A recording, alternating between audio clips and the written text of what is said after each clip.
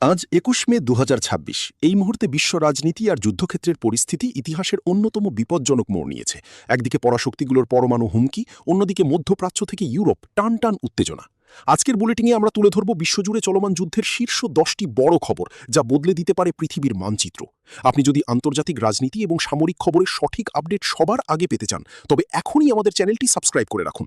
চলুন সরাসরি চলে যাই আজকের মূল খবরে। ১. ইউক্রেন সীমান্তে বেলারুশের সম্ভাব্য হামলার আশঙ্কা, নিরাপত্তা জোরদার কিয়েভের। আজকের প্রথম খবর ইউক্রেন রাশিয়া যুদ্ধ থেকে। বেলারুশ সীমান্ত দিয়ে রাশিয়ার একটি নতুন এবং বড় ধরনের আগ্রাসনের আশঙ্কায় ওই অঞ্চলে সর্বোচ্চ নিরাপত্তা জোরদার করেছে কিয়েভ। ইউক্রেনের নিরাপত্তা সংস্থা এসবিইউ জানিয়েছে, তারা উত্তরের সীমান্ত জেলাগুলোতে সেনাবাহিনী এবং বিশেষ ইউনিটের সমন্বয়ে একটি ব্যাপক প্রতিরোধ ব্যবস্থা গড়ে তুলছে। মূলত রাশিয়া ও বেলারুশের যৌথ পারমাণবিক মহড়াকে কেন্দ্র করেই এই উত্তেজনা। তবে ক্রেমলিন ইউক্রেনের এই অভিযোগকে উস্কানি বলে উড়িয়ে দিয়েছে।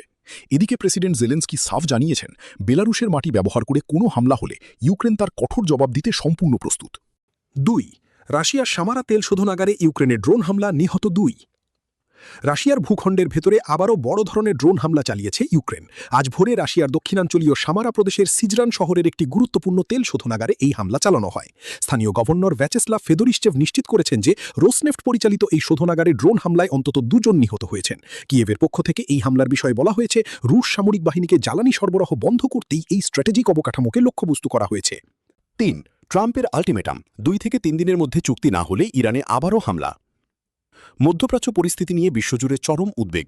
মার্কিন প্রেসিডেন্ট ডোনাল্ড ট্রাম্প ইরানকে স্পষ্ট হুঁশিয়ারি দিয়ে বলেছেন, আগামী ২ থেকে ৩ দিনের মধ্যে যদি কোনো শান্তি চুক্তি না হয়, তবে ইরানকে আবারও ভয়াবহ সামরিক হামলার মুখোমুখি হতে হবে। মার্কিন সিনেটে ইতিমধ্যে ট্রাম্পের সামরিক ক্ষমতা সংক্রান্ত একটি প্রস্তাব নিয়ে ভোটাভুটি চলছে। তবে হোয়াইট হাউসের এই হুমকির মুখে পিছু হটেনি তেহরান। ইরানের প্রেসিডেন্ট মাসুদ পেজেশকিয়ান বলেছেন, আলোচনা মানে আত্মসমর্পণ নয়। ইরান যে কোনো মার্কিন আগ্রাসন রুখে দিতে সম্পূর্ণ প্রস্তুত এবং পাল্টা সারপ্রাইজ দেওয়ার ক্ষমতা রাখে। ৪. আইএইএ এর সতর্কবার্তা, ইউএই এর পারমাণবিক কেন্দ্রে ড্রোন হামলা নিয়ে গভীর উদ্বেগ। সংযুক্ত আরব আমিরাতের বারাকাহ পারমাণবিক বিদ্যুৎ কেন্দ্রে সম্প্রতি ঘটে যাওয়া ড্রোন হামলার পর বিশ্বজুড়ে পারমাণবিক বিপর্যয়ের আশঙ্কা দেখা দিয়েছে।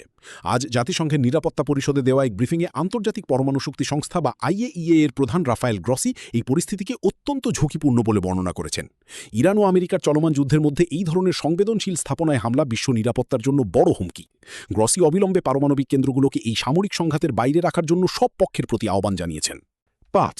গাজায় যুদ্ধবিরতির ৬ মাস পরও মানবিক বিপর্যয়, ইসরায়েলের বিরুদ্ধে সাহায্য বাধাগ্রস্ত করার অভিযোগ। গাজায় গত বছরের অক্টোবর মাসে যুদ্ধবিরতি চুক্তি হলেও বেসামরিক মানুষের কষ্ট কমেনি। আন্তর্জাতিক মানবাধিকার সংস্থা হিউম্যান রাইটস ওয়াচ আজ এক বিবৃতিতে জানিয়েছে, গাজার মানবিক সহায়তা ব্যবস্থা সম্পূর্ূর্ণ ভেঙে পড়ার মুখে।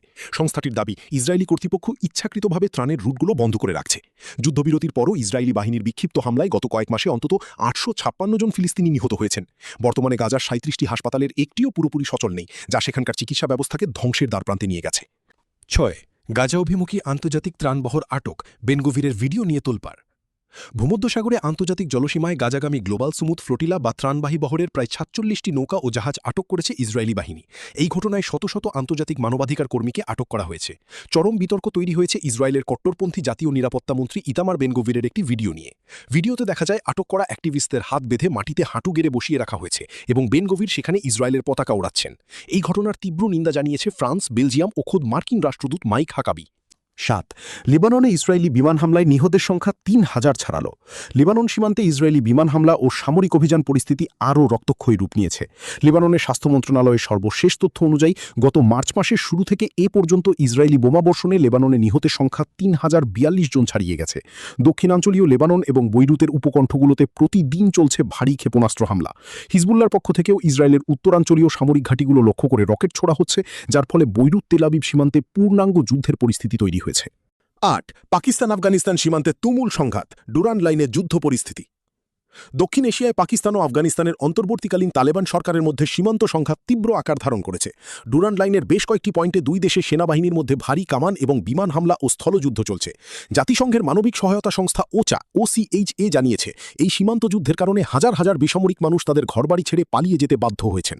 বিশেষ করে আফগানিস্তানের সীমান্ত জেলাগুলোতে মানবিক সংকটের সৃষ্টি হয়েছে এবং পাকিস্তান সীমান্ত পুরোপুরি বন্ধ থাকায় ব্যবসা বাণিজ্য স্থবির হয়ে পড়েছে। 9 ইরান আমেরিকা যুদ্ধের প্রভাবে আফগানিস্তানে লাখো শরণার্থীর ঢল নামার আশঙ্কা। ইরান এবং মার্কিন যুক্তরাষ্ট্রের মধ্যে চলমান সামরিক সংঘাতের পরোক্ষ প্রভাব পড়তে শুরু করেছে প্রতিবেশী আফগানিস্তানে। জাতিসংঘ এক জরুরি সতর্কবার্তায় জানিয়েছে, ইরান যদি মার্কিন হামলার শিকার হয় তবে ইরানে বসবাসকারী লাখ লাখ আফগান শরণার্থী সীমান্ত পেরিয়ে পুনরায় আফগানিস্তানে ফিরে আসতে পারে। একই সাথে পাকিস্তানের সাথে সীমান্ত সংঘাত চলায় আফগানিস্তানের অর্থনীতি এখন চরম ঝুঁকিতে। ওসিএইচএ এই সম্ভাব্য শরণার্থী সংকট মোকাবেলার জন্য একটি আন্তর্জাতিক আপৎকালীন পরিকল্পনা বা কন্টিনজেন্সি প্ল্যান তৈরি করেছে। 10 নতুন স্টার্ট চুক্তি শেষ, পারমাণবিক অস্ত্র নিয়ন্ত্রণে বিশ্ব এখন সীমাহীন ঝুঁকিতে। আজকের শেষ খবর পরমাণু অস্ত্র প্রতিযোগিতা নিয়ে। মস্কো এবং ওয়াশিংটনের মধ্যে সর্বশেষ পারমাণবিক অস্ত্র নিয়ন্ত্রণ চুক্তি নিউ স্টার্ট আনুষ্ঠানিকভাবে শেষ হয়ে যাওয়ায় বিশ্ব এখন সম্পূর্ণ পারমাণবিক নিয়ন্ত্রণহীন হয়ে পড়েছে। আর কোনো দ্বিপাক্ষিক চুক্তি না থাকায় রাশিয়া বা আমেরিকা কেউই এখন আর একে অপরের পারমাণবিক ওয়ারহেডের সংখ্যা পরীক্ষা বা নিয়ন্ত্রণ করতে পারবে না। ইউক্রেন এবং ইরান যুদ্ধের এই উত্তাল সময়ে পরাশক্তিগুলোর এই পরমাণু চুক্তিহীনতা বিশ্বকে এক শতাব্দীর সবচেয়ে বিপজ্জনক পারমাণবিক অস্ত্র প্রতিযোগিতার দিকে ঠেলে দিচ্ছে বলে মনে করছেন বিশেষজ্ঞরা। তো এই ছিল আজকের বিশ্ব সংবাদ ও যুদ্ধক্ষেত্রের সর্বশেষ 10টি গুরুত্বপূর্ণ আপডেট। পরিস্থিতি যেভাবে পাল্টাচ্ছে তাতে আপনার কি মনে হয়, ডোনাল্ড ট্রাম্পের আল্টিমেটামের পর মধ্যপ্রাচ্য কি আরেকটি বড় যুদ্ধের দিকে যাচ্ছে? কমেন্ট করে আপনার মূল্যবান মতামত অবশ্যই জানান। ভিডিওটি তথ্যবহুল মনে হলে একটি লাইক দিন এবং বন্ধুদের সাথে শেয়ার করতে ভুলবেন না। প্রতিদিনের আন্তর্জাতিক খবরের আপডেট পেতে আমাদের পেজটি ফলো এবং চ্যানেলটি সাবস্ক্রাইব করে বেল আইকনটি চেপে রাখুন। আগামীকাল আবার দেখা হবে, ততক্ষণ সবাই ভালো থাকুন, নিরাপদে থাকুন। ধন্যবাদ।